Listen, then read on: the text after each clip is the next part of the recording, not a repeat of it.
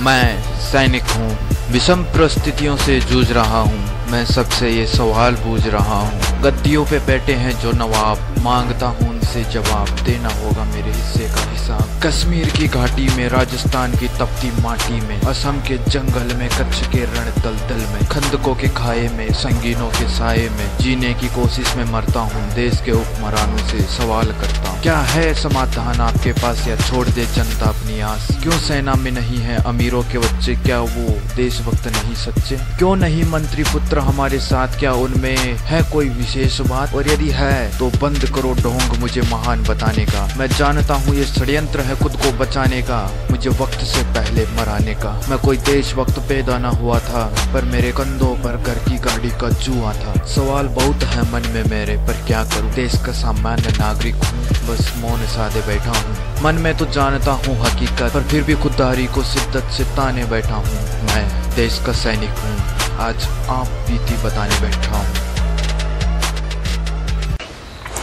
मेरा नाम श्याम सुंदर है। मैं इंडियन आर्मी में लेह लद्दाख के अंदर पोस्टों के ऊपर तैनात था।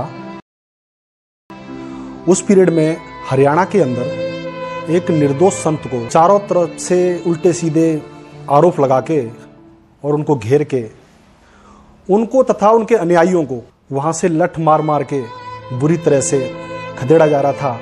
उस दौरान मैं ऑन ड्यूटी था लेह लद्दाख में। मेरे बच्चे भी सत्संग सुनने के लिए जाया करते थे, तो मेरी घरवाली और मेरे बच्चे, छोटे छोटे बच्चे, मेरा परिवार पूरा बरवाला के अंदर सत्संग सुनने के लिए गया हुआ था। तो मेरे को पता लगा कि मेरे बच्चे भी वहाँ पे सत्संग सुनने के लिए जाया करते हैं। हो सकता है मेरे बच्चे भी सत्संग में गए हों, क्योंकि मैं फ़ोन से कोई संबंध नहीं था। वहाँ पे लेह लद्दाख में नेटवर्क की सुविधा बिल्कुल भी नहीं थी, तो फ़ोन नहीं होता था पोस्टों से, बिल्कुल भी घर पे बात नहीं होती थी। तो जब मैं वहाँ से छुट्टी लेके आया तो मैंने पता किया कि बच्चे कहाँ हैं। तो घर वालों ने, परिवार वालों ने बताया कि ऐसे हरियाणा सरकार ने वहाँ पे अरेस्ट कर लिया है संत रामपाल जी महाराज के जितने भी भक्त थे वहाँ पे सबको।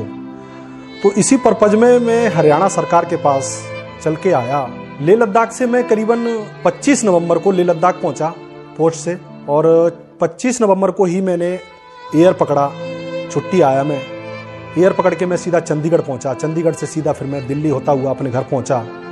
वहाँ जाके फिर मैंने पूछा, पता किया, तो घर वालों ने बताया ऐसे ऐसे आपके बच्चे भी वहाँ पर अरेस्ट कर लिए। मैं बच्चों की खोज के लिए हरियाणा सरकार के पास पहुँचा, तो एसपी सत्येंद्र गुप्ता से जाके मिला मैं। सर ऐसी सी बात है, मेरे बच्चे आपने अरेस्ट क्यों कर लिए हैं? तो उन्होंने बोला, फौजी आप इस संत से कैसे जुड़े, क्या क्या सिस्टम है आपका? तो मैंने उनको बताया कि भाई भक्ति मार्ग के लिए दुनिया हर कोई किसी संत के पास, कोई किसी संत के पास, हर कोई जाता है, तो इसमें कौन सा दोष है? अगर मेरी घरवाली ने, अगर मैंने कोई नाम ले लिया उनसे, अगर उनको गुरु बना लिया, तो कौन सा अत्याचार कर दिया हमने? इस पर कौन सा दोष है हमारा भाई? तो उन्होंने बोला, तू बता भाई उनसे कैसे जुड़ा। मैं उनको बताया, मैंने भाई उनका जो ज्ञान है साधारण टीवी के ऊपर आता है, उस सत्संग के माध्यम से हम उनसे जुड़ गए। तो जिस कारण से मेरे बच्चे यहाँ पे क्या नाम है सत्संग सुनने के लिए आए हुए थे। उनकी खोज में जब हिसार एसपी सत्येंद्र गुप्ता से जब मैं मिला, तो उसने बोला, फौजी हम आपको छोड़ तो देंगे, लेकिन एक शर्त होगी हमारी। मैं बोलो जी क्या शर्त है आपकी? कि 5 लाख रुपए दे दे और तेरे बच्चों को, तेरे को दोनों को छोड़ देंगे हम। मैं बोला कमाल की बात है, मैं तो भारतीय सेना के अंदर नमक मिर्ची के लिए पैसे लाता हूँ कमा के, और बच्चों को खिलाने पिलाने के लिए और उनके क्या नाम पढ़ाई शिक्षा के लिए। भाई ये मैं तो चोर तो हूँ नहीं, नाम जरूर ले रखा उस संत से मैंने, मेरे पास पैसा नहीं है, जो आपको करना करो भाई। तो उन्होंने उठा के मेरे को बरवाला एसएचओ अनिल को दे दिया। बरवाला एसएचओ ने मेरा रिमांड लिया। रिमांड लेने के बाद में उसने भी सेम यही कहा था, हूबहू यही बोला उसने कि भाई फौजी 10 लाख रुपए हैं तो मैं ऊपर साहब से बात करूं। मैं बोला सर मेरे पास 10 लाख रुपए मैं तो पहली बार सुने हैं, मेरे पास पैसा नहीं है एक चौवन्नी भी, आपको जो लोगों को करना है करो, ठीक है। तो उसने उठा के मेरे को कोर्ट में पेश कर दिया। कोर्ट में पेश करने के बाद में जब मेरे को सेंटर 2 में मेरी घरवाली को डाल रखा था और सेंटर 1 में मेरे को भेज दिया। 1 में जैसे ही मैं पहुंचा, वहां पे एक हरियाणा सरकार ने एक बहुत बड़ा कुत्ता छोड़ रखा था। मैं क्या बताऊं उस कुत्ते के बारे में, जिसका नाम शमशेर दैया था।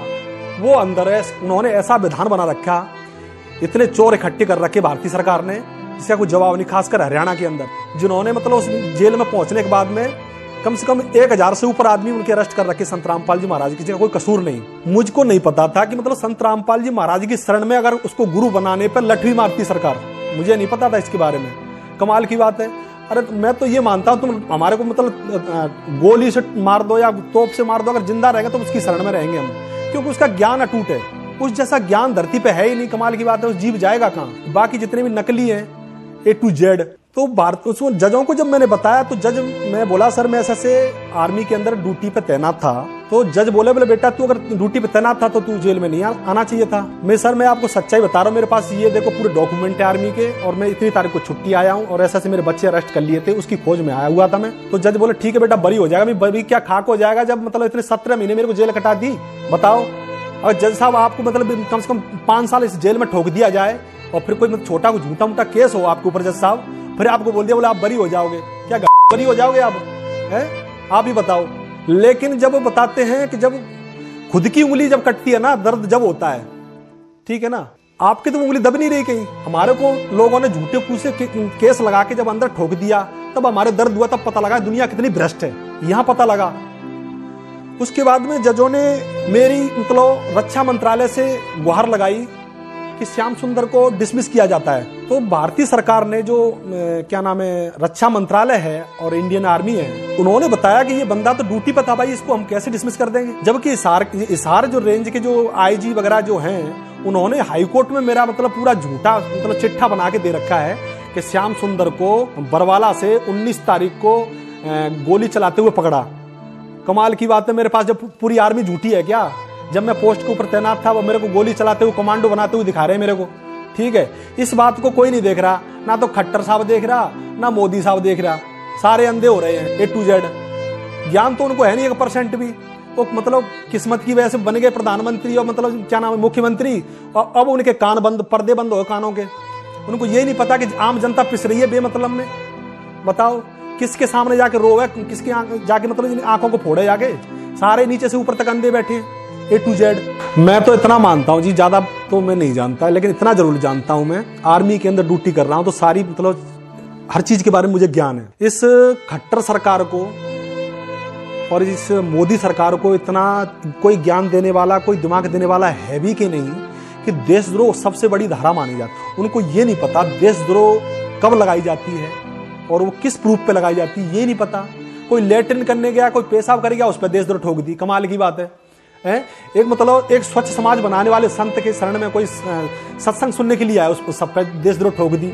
उस संत को मतलब जो अच्छा ज्ञान दे रहा है, यहाँ से मुक्ति का मार्ग बता रहा है, जो कबीर साहब बता के गए सब सेम हूबहू वही मुक्ति मार्ग पूरी दुनिया को दे रहा है, और उस पर देशद्रोह ठोक रहे हैं। वहां कमाल की बात है, वहां पे ऐसा कोई साधन नहीं मिला जिस पे ये लोग देशद्रोह लगा सकें। मेरी घरवाली पे भी देशद्रोह, लेडीजों पे, बच्चों पे भी देशद्रोह ठोक दी। देशद्रोह कब लगाई जाती है इनको ये नहीं पता। मेरी जो घरवाली है उनको भी कम 17 महीने कंटिन्यू हिसार सेंट्रल 2 में रखा। मेरे एक बेटा, एक मेरी बेटी है, वो बाहर तड़पते रहे। अभी मैं लेटेस्ट चाइना बॉर्डर पे हूँ, ढोकलाम में, वहां मेरी तैनाती है। मैं तो टीवी पे देख रहा था लेह लद्दाख के ऊपर। मैं टीवी समाचारों में जो मीडिया बता रही थी, मीडिया ये बता रही थी कि उस संत ने मतलब सर्टिफिकेट दे रखा है अपना अस्वस्थ का, वो बीमार चल रहे थे। कमाल की बात है, एक मतलब जो इसमें घने दादा बैठे इसमें इंडिया के अंदर, जो आज तक भगोड़े हैं, उनको सरकार पकड़ के नहीं लाती। और इस संत ने बोल दिया ठीक भाई 4 दिन बाद मैं पेश हो जाऊंगा, तो कौन सा मतलब जुल्म टूट गया इसमें है? 4 दिन बाद पेश हो जाते। महान संत कहीं भगोड़े होगा तो गए नहीं, लोगों टकाचे कहीं भाग गए हो जंगलों में उस मतलब बापू की तरह, और लोग जो भाग जाते हैं, माल्या भाग गया, पता नहीं कौन कौन भाग गया, मतलब सारे भागे पड़े। वो संत कहीं भाग के गया, हरियाणा छोड़ के गया, कहीं आश्रम छोड़ के गया कहीं? कमाल की बात है, कहीं गया ही नहीं, भागा ही नहीं। वो डरपोक नहीं है संत। वो दिया बता रही टीवी पे कि संत रामपाल जी महाराज का इतनी तारीख से इतनी तारीख तक का मेडिकल लगा हुआ है, लेकिन फिर भी हरियाणा सरकार मतलब कोर्ट के आदेश को तोड़ के और उसको 18 तारीख को अरेस्ट कर रही है। पूरा आश्रम जला दिया, दे गोली पूरा आश्रम फूंक दिया, जिसमें 6 लेडीज मारी गई हरियाणा सरकार के उन महावीरों ने। आंसू गैस के गोले ठोक ठोक के निर्दोषवादी में हाथ जोड़े बैठे थे वहां पे। वो तो लगाना ही लगाना था भाई, उस संत को मतलब कैसे करके फंसा दो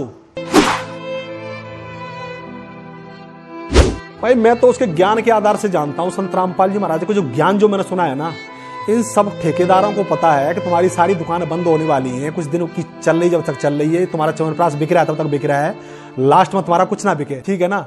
जनता तुम्हारे मारेगी जूते, उसका ऐसा ज्ञान है। तो अब इस संत को ऐसा फंसा दो, देशद्रोह लगा के और 302 लगा के और कोई उल्टा सीधा आरोप लगा के ऐसा फंसा दो कि ये मतलब जेल से बाहर ही ना आवे। लेकिन वो बेवकूफों को इतना नहीं पता, जब वो संत ऐसा ज्ञान दे रहा है, मैं इस संत को ऐसा मानता हूं धरती के ऊपर कि इस संत के मुकाबले कोई धरती पर कोई चीज नहीं है, ना कोई प्रधानमंत्री, ना कोई मुख्यमंत्री, कुछ नहीं है। उस पर अटूट मतलब पावर है, उसके पास शक्ति है। कबीर साहब की मतलब ऐसी शक्ति है, वो आई हुई है कि जो उसके बारे में कुछ बयान नहीं कर सकता। उस संत के बारे में ये उसके सामने टिक नहीं सकते A to Z।